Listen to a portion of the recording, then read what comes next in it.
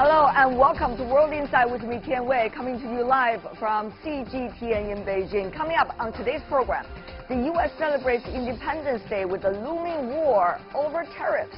And with a string of WTO complaints against the United States, where does the buck stop under WTO rules? Cave system, it's very long. It's one of the longest in Thailand. And the rescuers are working overtime to get a young soccer team out of a flooded cave in northern Thailand after 11-day ordeal. How risky is the extraction?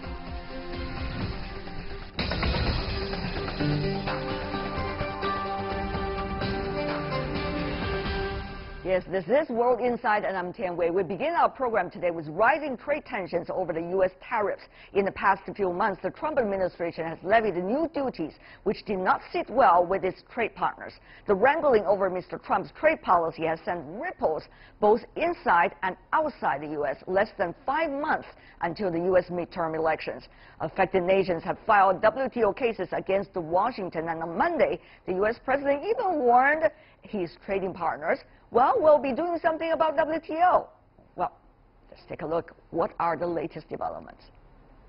Mr. Trump is frustrated with the WTO. He told reporters that the trade organization needs to change its ways during a White House meeting with Dutch Prime Minister Mark Rutte. He denied plans to withdraw from the WTO, but he mints no words in expressing his disappointment. WTO's treated the United States very badly, and I hope they change their ways. They have been treating us very badly for many, many years, and that's why we were at a big disadvantage with the WTO. And we're not planning anything now, but if they don't treat us properly, we will be doing something. Thank you. Earlier, the U.S. Trade Representative Robert Lighthizer has defended American tariffs on steel and aluminum, saying they were imposed under a national security threat, which is allowed under the WTO.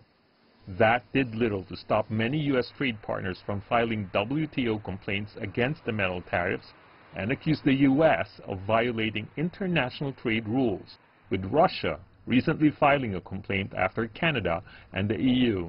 The U.S. has already been hit with retaliatory tariffs from Canada, the EU, Mexico, and India, which largely target metal products and farm goods. This week, the U.S. and China are expected to slap more tariffs against each other. And that's one of my biggest fears. You put these tariffs, but now you're going to exclude everybody, so they're kind of pointless. Besides international outrage, the Trump administration's protectionist policies also drew domestic criticism. The U.S. Chamber of Commerce calculated that proposed and current tariffs threaten as many as 2.6 million American jobs. The Chamber has launched a campaign opposing Mr. Trump's trade policy, though it has donated more than $100,000 to Republican congressional candidates in the past 6 months alone. And some major agricultural states could suffer, no thanks to trade disputes. Mr. Trump once said tariffs would put U.S. companies and workers on stronger footing, but his decision could backfire. His tariff policy is a bone of contention among Republicans and Democrats in the upcoming midterm elections.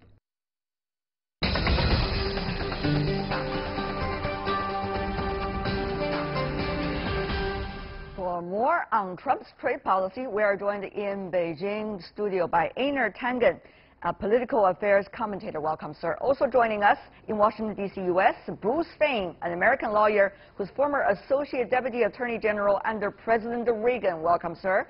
And in San Jose, U.S. as well, Huang Zhengyu, the chairman of Yu Capital, who's a former White House fellow during the Obama years. Welcome as well. So we got Republican, Democrat in the discussion, and probably somebody in between. So let me start by asking you, Mr. Fein, how much do you think the debate now involving trade will eventually split your country? Obviously, there are states that are more likely to be influenced by the anti-tariff tariffs levied by the U.S. trading partners, and also there are states that's less likely to be influenced. What do you think?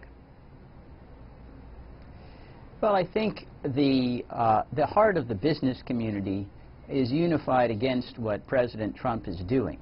I don't think it's lost any of Trump's base. I do not believe that trade was a major campaign issue that solidified support for his election to the presidency.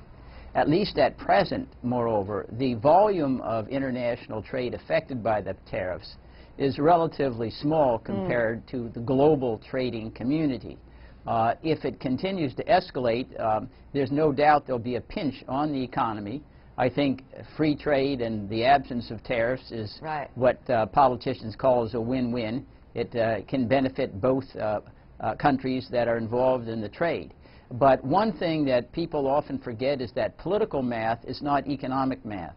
Simply because something makes sense to economists at MIT or Harvard or Stanford doesn't mean it makes sense to a politician. Okay. Because the most important element here is looking at who benefits and who loses. Well, there are a lot of calculations already going on. Mr. Feng, if I could have you later to talk on our program, we give more airtime to the others as well. Let me go to you, Mr. Huang, in San Jose. I mean, when you look at that, the trading partners of the United States, the EU, Russia, Mexico, and Canada all reacted. And very likely, if July the 6th, U.S. go with its rhetoric to so-called punish China with tariffs unilaterally. China is also likely to react just like the other trading partners. So the math is getting ever bigger. Eventually, do you think it's going to make a difference? Political math, economic math? Yeah. Well, first of all, happy 4th of July to everybody. Thank you. You know, to answer your question, I think currently the steel and aluminum tariffs are about $40 billion. The upcoming potential tariff on China is about $35 billion. So that's $75 billion out of an $18 trillion economy. So that's slightly less than 0.5%. And the economy of the United States was growing at about a 2.2% rate last quarter. So, and we're not going to lose all of that 0.5%. So in the short term, I think the impact will not be as large as people would think. However, with Trump potentially threatening another $200 billion of tariffs on China, the EU talking about a $300 billion retaliatory tariff on the United States, this could escalate very quickly. And I think that's the danger inherent in this. Political math, economic math, or trade math. Let's take a look at what is the areas that is likely to be impacted. The battle over tariffs could test the voter support, some say, for Mr. Trump, for the midterm election as well. Canada, Mexico, EU have tariffs targeting U.S. manufacturing and agricultural states, hitting products such as steel and aluminum, whiskey, maple syrup, cigars, and jeans.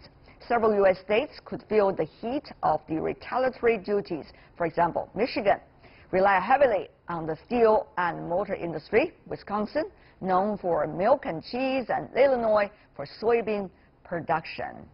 Of course, at this point, we still do not know what is the U.S. list and what's likely to be China's list in response to the U.S. tariffs on China. So, Mr. Tangen, what about that list? Is that going to be a list that's going to ring a bell in the political math?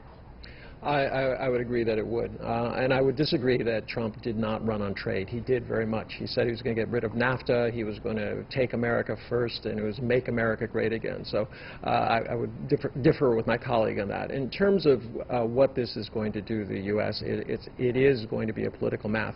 Right now, the U.S. Chamber of Commerce, the most powerful chamber in the United States. Representing the business community. Representing tens of thousands. Now, you have to understand that it's not just the chamber as a national body. This chamber is connected to every chamber in every town, every city across America. And they are now mobilizing their people. Every 2 hours over the last 24, they have been putting out comments, talk points, interviews, and they're making a full court press. They are calling this a disaster. Now, remember, we're coming up to election season. Who pays for the election? Business, especially if it's a Republican side. And they're going to be calling their senators and congressmen and say, we don't care whether you like Donald Trump or not. If you don't get this thing settled, you can get my check when it comes to this. And this is not more. It's about jobs. 2.6 million jobs are at stake here because this round is very small. The next rounds could be big. It's very interesting, Mr. Feng, that both sides are citing jobs as the reason why they're standing where they are and why they are for or against what exactly the rhetoric that's going on in Washington. Mr. Fain, eventually, how will the different rhetorics being tested politically? Well, the first thing I would underscore is that despite the influence of the chamber and the authority of Congress, this was controlled by Republicans who largely free trade, to override what President Trump has done by statute. Even if he vetoed it, they could at least vote to override his trade restrictions. None of them have done so. They have stated on the floor of Congress they're disappointed, 1, 2, 3, 4, but all of them shied and backed away because the president still has enormous clout, I think in their view more clout than the Chamber of Commerce, and affecting their electoral chances in the fall. Now, I think you put a very good point on. Both sides are able to claim what they're doing is job preservation. It's simply whose job is being preserved as opposed to someone else's job. The beneficiaries of Trump are known because they're already occupying a job already. The jobs that aren't created because you don't have new business enterprises or expansions because the increased cost of imports are not known. The voters can't be identified.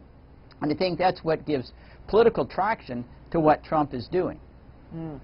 Very interesting point over there. But you see, even within the Republicans, of course, people are saying these days it's also about the Trump Republicans because Donald Trump in the earlier 7 primaries did very well when he supported a candidate. That candidate very likely to get the title from that specific constituency. But having said that, though, Mr. Huang, you've been a White House fellow, but of course during the Democrats' years when Obama was in power.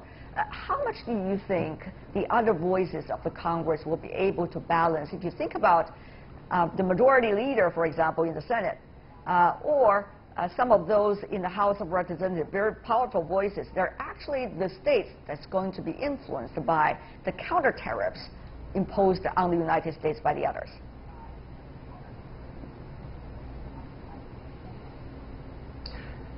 It's a great question. So whether you agree with Donald Trump or not, he has a very coherent economic message, America first.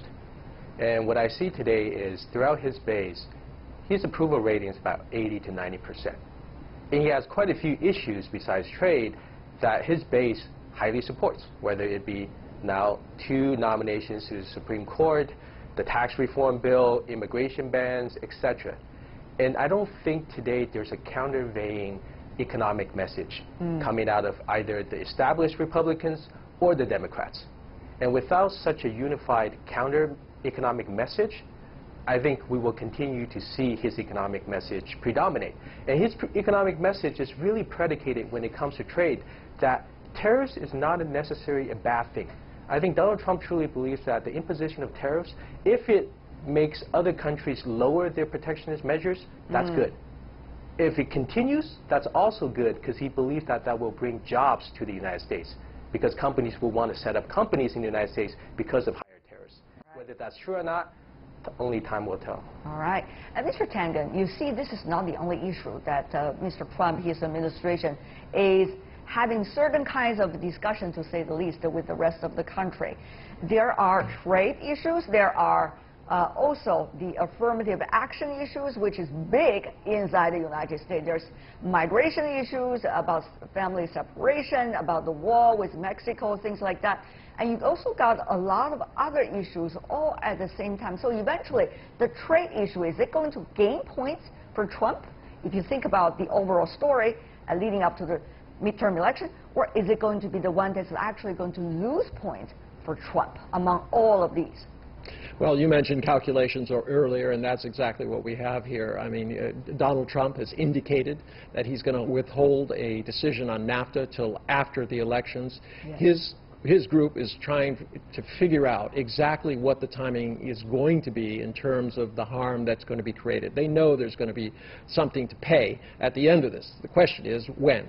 Now, I disagree that in politics in the U.S., it does not come top down. It comes from the bottom up. Elections are run on money, and these businessmen are going to be talking big because they are the ones who continually to finance these elections. So I completely disagree.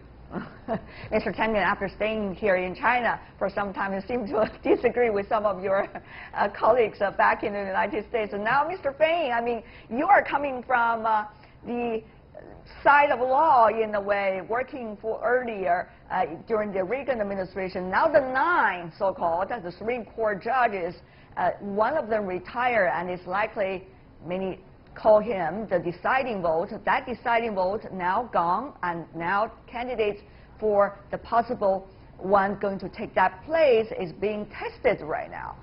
So how will all of these issues eventually influence some of the discussions even related to the fundamental issue right now, which is to find the 9th person of the Supreme Court? These are all interlinked, as you may know very well, Mr. Fein. Go ahead, sir. Yes, and I participated when I was at the department in filling vacancies too, including Justice Scalia in 1986.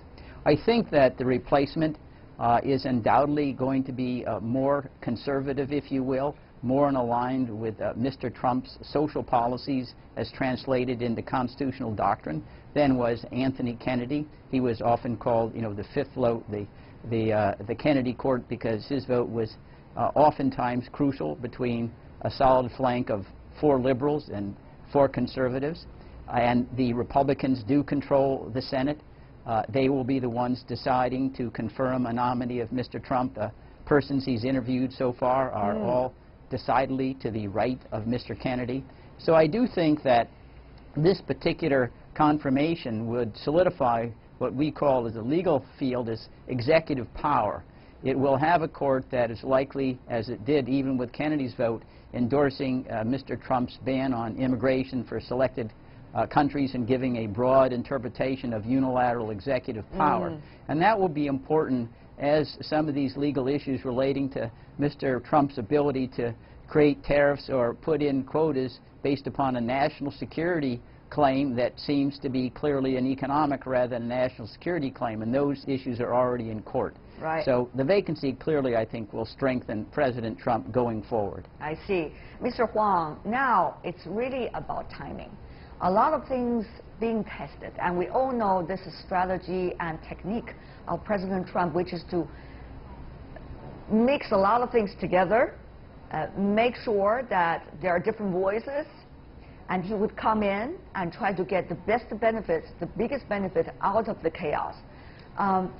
Knowing his technique, Mr. Huang, what is likely to be the next step? I mean, if you see these trade disputes going on, these tariffs and anti-tariff tariffs, what is likely to be the next step for countries in discussion with the United States? Or this is likely to be just go on being escalated? Mr. Huang. Yeah, this is a great question, right? This is probably the trillion-dollar question.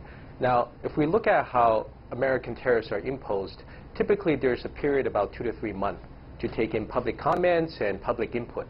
So, for example, between U.S. and China, after the initial $35 billion, there's going to be a respite about 2 to 3 months for the additional $15 billion. And so that time might call for more negotiations. And the hope, I think, for a lot of people is that negotiations can reassume during that period of time. Now, I do want to point out one larger strategic issue, which is for 70 years, the United States, since World War II, has created international systems such as GATT, which is the predecessor to WTO, IMF, World Bank, and bound its allies through access to its vast market. And for Mr. Trump to come in, for President Trump to come in with his American First policy and basically saying, you know what, I'm going to tear all that apart. It's going to create a lot of uncertainty going forward, because even when there's discussions about, you know, mutual lowering of tariffs, people are still going to wonder, is America trustworthy for the long term? And the sustainability of these international institutions, I think that's a longer term discussion that almost all policymakers in America should be concerned about. But Mr. Fein, will that be a concern for voters, let's just say, leading up to the midterm election? If you think about the president, probably that's the only date he cares that much these days. So if the negative feelings or the negative impact is not being felt immediately, the politician would get their way, right? I think you made a very splendid point. The voters typically look at the short run, not the long run. You know, as John Maynard Keynes said, in the long run, we're all dead. And I do believe that what the President is doing in trade, and it could lead to a pullout from the World Trade Organization, and it could be similar to what we may witness at his NATO summit next week, and suggesting maybe the commitment to NATO has lived its course and pull out as well as part of his overall program. And I agree exactly that creating uncertainty, in my judgment, for the long term is not going to handicap Mr. Trump in the short term, because politics, you know, a week is a year. And that's simply how the political animal acts, the short run rather than the long run, even if in the long run we go off of a cliff. But, Mr. Fain, I mean, the Republican Party have to think about it if the President Trump is not necessarily right now thinking about it. The party has to think about its long-term interest. The party has to think about the next election after the midterm. The party has to think about whether the future generation really want to follow this political party anymore, or the Democrats are likely to get all of the sympathy and also the support in the future if things are going in the long term negative for the United States. So, Mr. Fain, once again, you didn't read much out of the Republican Party. Does it mean the weakness of the party, or does it mean that politicians, whether it is whatever branch of the American government, is only looking at short term, and therefore there's a very interesting, shall I say, problem with that system? Yeah, well, I agree with your observation. I deal with Congress, you know, virtually every day. And I can tell you the influence of the President over how members vote and what they do politically compared to the Republican National Committee is like 1,000,000 to 1. The parties and the party structure has fallen enormously as opposed to the prominence of the President in the White House when it comes to influencing Congress. And we don't no longer have a Republican Party that looks in the long run. If, in fact, there was, Mr. Trump would never have received the nomination because all of the basic party institutions and instruments were opposed to him. Well, Mr. Huang, it seems that according to Mr. Fain, the Republican Party just doesn't care.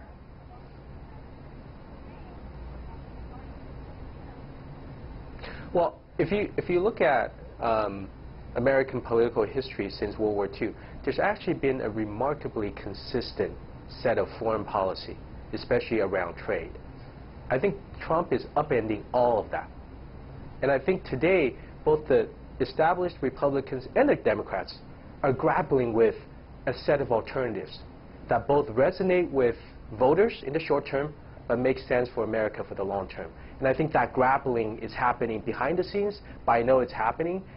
But there isn't today a very compelling narrative to what Trump is saying. Mr. Huang, you have to give us some details when you're saying people are grappling behind the scenes. Anything that you can share with us about any signs of possible different approaches?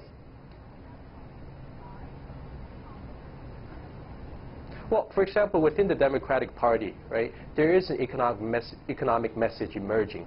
It's around what Bernie Sanders articulated in 2016, universal health care, free college tuition, minimum wage, etc.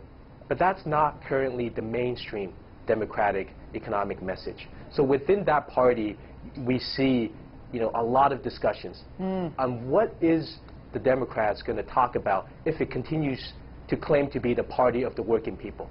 Because today, many of those working people are voting for Trump. And within the Republican Party, something I think similar is happening too. I mean, is there a counter-narrative? Now, it's very hard when your sitting president is espousing one thing. But I think a lot of policymakers are talking about, okay, what will it be potentially for the long term, maybe even after Trump? Mr. Tangen, here's the thing. It would be extremely sad and pathetic if one political election, let's just say the coming midterm election 3 months from now, 4 months from now rather, it's going to influence the long-term approach of a country's strategy about its relations with the rest of the world and about how the rest of the world would see this country, isn't it? Yes, it will, and it's about trust. Predictability. While politics might be short-term, the fact is in both business and diplomacy, it's a long-term game. So trust is going to be one of the big issues here, and Donald Trump, I don't think, has it. Well, he doesn't have it, Whether that's true or not, we're going to see how things would evolve. But for now, we hope the trade war would not continue. We hope people come to reasonable thoughts. We hope people will be more responsible for the globalization that is certainly taking place right here and elsewhere in the world. Thank you so much, the three of you, for being with us. Einar Tangen, Bruce Fein, Wang Zhengyu. Thank you so much, gentlemen, for being with us. And you're watching World Insight with me, Tian Wei. Still to come on our program. A dozen young soccer players and their coach await rescue after being trapped in a flooded cave for 11 days. What will it take to get them to safety? Our rescue experts will tell us right after this break.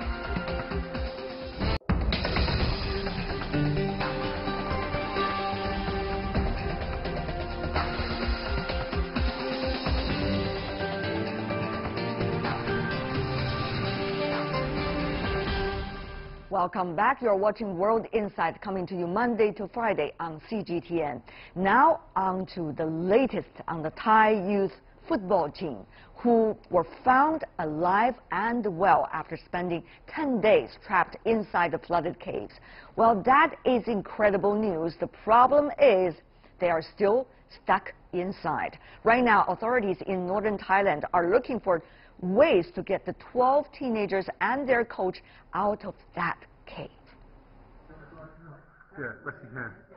The astonishing video and audio of rescuers finding the 12 missing boys and their coach huddled together on an elevated mound will be etched in memories, not just here in Thailand, but around the world. We are coming. It's okay. It's okay. Many people are coming. The tortuous efforts of a multinational team of rescuers and divers to make their way through tiny, flooded, mud and silt-sodden passageways had succeeded against the odds, bringing joy to a country, to the rescuers, and above all, to the boys' families. Today is the best day. I have been waiting for my son for so many days. I thought he only had a 50% chance of survival. But amid the elation, the realization that there was no easy way to get the 13 out of the cave. We're still in full operation. Our mission is not accomplished yet. It will be over after we've brought all the kids out. It is amazing when I see the partnership between our Thai partners, the U.S. here, the Australians are here, the Chinese, all working together. British divers, like literally all planning the best courses of action when it comes to being able to extract these children as safely as possible. On Tuesday, high-protein gels and basic medicines reached them. The weather has been kind for the past 3 days with little rain, but that might not hold. And despite the massive efforts to pump water out from the complex, many parts remain passable only by divers. There's been some suggestion that the safest option would be for the boys and their coach to wait until the waters recede before trying to get out, but that could take weeks. So that they may be safe, the boys' ordeal is far from over.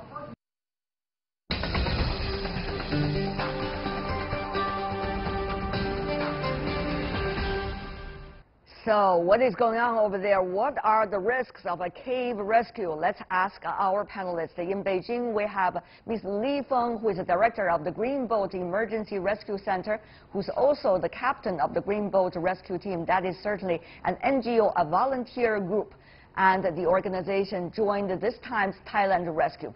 In Bloomington, we have Ammar Mirza, who is the national coordinator of the U.S. National Cave Rescue Commission. I want to welcome both of you for being with us. Thank you so much for your time out of this emergency. Let me ask you, Mr. Mirza, about the latest situation. So there seems to be several ways to do it, isn't it?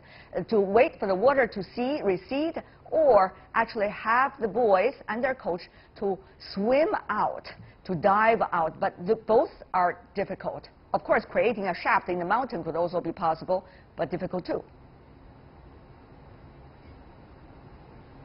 Yes, none of the options are optimal. All of the options carry risk, and in the interim time period, their best course of action is to plan for all possible contingencies. So right now they're working on training the boys on how to use the scuba equipment. until such time that if they decide that they want to do that kind of operation, they can do that. Ms. Lee, of course, there are a lot of things going on there. I know your colleagues were there. Yes. And they're still there. Yes. 5 of them. Who are they? They are from our team. 4 from Beijing Beijing Green Boat Emergency Rescue, and 1 from Taiyuan, Shanxi province. Yes. And how long they been there? Now it's 4 days. Their 4th day there. Yeah. What are their jobs? No, actually, we were directly assigned by the local authority to the Mountain Rescue Command Center and to finish the mission to find the new entrance or the alternative exit to can go to the cave. The alternative exit to the cave? Yes. Have they found? No, actually, it's a very hard task. Because we how have they tried? Because we positioning 2 suspect holes, and we try to go to the top of the mountain and find these 2 holes and try to get out. And our team member tried to get into the cave. Unfortunately, they are inside, no access to the cave. So they tried both ways, but they didn't work out. They didn't work out. Okay, so they have to report every time back to the control center that their job has not been done or that exit does not exist, wouldn't work. Yeah, they have to back to the command center, to report this time. All right. And Mr. Mirza, so among the 3 choices, all are difficult. Is it possible to teach these 10 kids, I mean after 12 kids, after staying in the caves for 11 days already, to dive and also be able to help themselves to get out of that cave? Yes, it's very possible, and the more time that goes by, the better their chances are, simply because with diving, a lot of it is just the amount of training that you have to react automatically and to not panic. And so even if they have to go weeks or even months, the longer they have to train the boys, the safer it is if they choose to do that particular option. The other thing that the training does is it serves to give the boys purpose. And so they have the feeling that they're doing something to help affect their own rescue, which is very important psychologically. These kids, their images were on a Facebook page currently with the Thai Navy rescue team. In that page, 1-minute video, very interesting. These kids were trying to introduce themselves. Even at the end of this 1-minute video, a kid laughed. He said, I didn't got a chance to introduce myself yet. Obviously, they are in good spirit, but they are getting much thinner than they used to be. And also, they try to have their blanket, the so-called warmer blanket, in order to keep their body temperature. But people really wonder, even with some of the food being sent in, how long will these kids be able to sustain themselves, Mr. Mirza? Actually, they will continue to get a little thinner for the next few days because they have to be reintroduced to food very gradually and carefully, and so it will take a few days before they actually start to put on weight. Psychologically is probably the bigger factor, but physically, once they are able to start eating food regularly again, they can stay in there as long as they have food and clean water, and barring any unforeseen medical issues. We understand, Ms. Lee, it was 2 British divers, very skillful divers, who had excellent track record, who were actually specially requested by the Thai authorities, that eventually found the cave entrance and also found the kids. When you look at their level, because you and your colleagues have been doing these kind of rescue for quite some time, when you look at their professional skills, what do you think are the most important qualities to get to where they are, which is to find the kids out of this very chaotic situation, Ms. Lee? It's very hard. I think it's very risky for kids to do these things. So because now as they are in a very weak condition and also no dive experience. Now in the cave is unpredictable terrain and the murky water.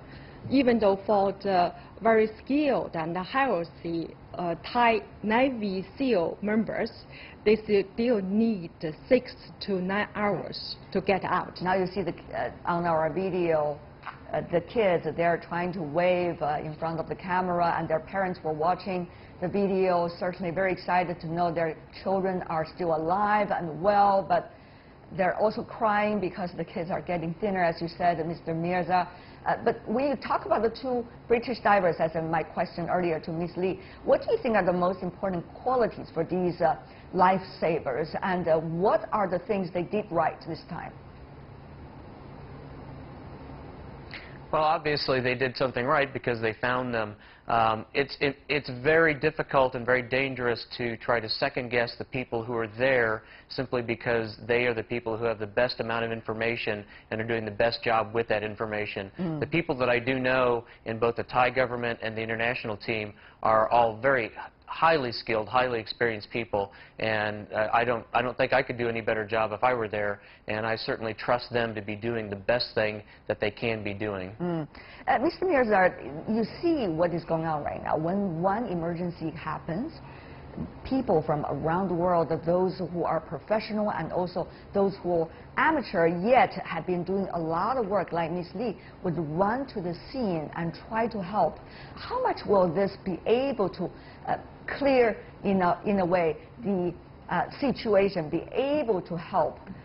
There's the issue of people volunteer to help. There's also the issue that too much help, too many people over there on the site would overcrowded the situation and get things even more challenging. What do you make of this delicate balance?